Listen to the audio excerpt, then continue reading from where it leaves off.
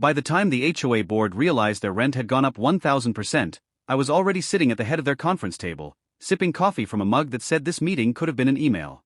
Elaine Mercer, president of the Red Bluffs HOA, snapped, "This is extortion. We will fight this. You can absolutely take your landlord to court." I, Jake Rowe, civil engineer ranch kid, said calmly. I slid a recorded deed across the table. "Congratulations. I am your new landlord." Elaine went ghost white. "The ranch guy," she whispered. My family's ranch sat on 40 acres, an island of history surrounded by the HOA's identical beige stucco. Elaine declared my barn and house an off-fence that did not match their community standards vision. I politely ignored their fines and emails, confirming with the county that my grandfathered agricultural parcel was not in the HOA. The harassment escalated when rising land values made my ranch prime real estate. Elaine, along with a code enforcement officer, delivered an emergency order: vacate and tear down all non-compliant structures within 24 hours, demolishing my barn and house because the HOA didn't like the view.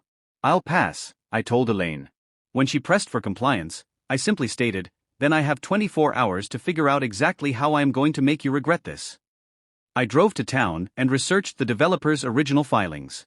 I discovered the original developer had defaulted on a loan, and an investment group owned the land under the HOA's most critical assets: the office building, the overflow parking lot, and the row of premium rental townhomes used to house half the board.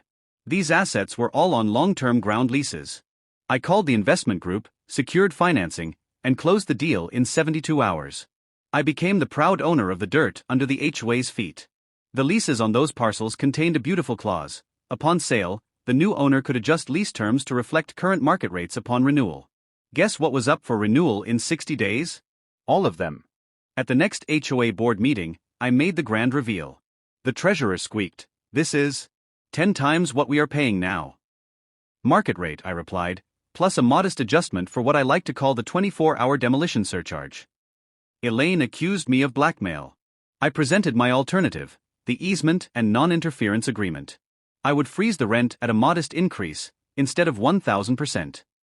In return, the HOA must permanently relinquish all authority over the Rowe Ranch, formally support its protective zoning, and Elaine must read a public apology acknowledging the ranch's historical value.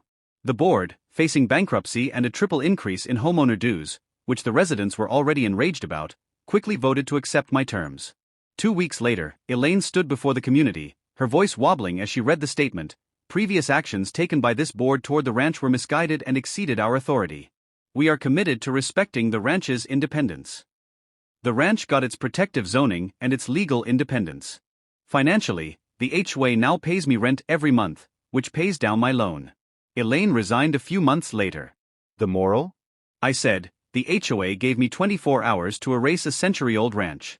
I gave myself 72 hours to buy the dirt under their office and turn their favorite weapon, contracts and rent, right back on them.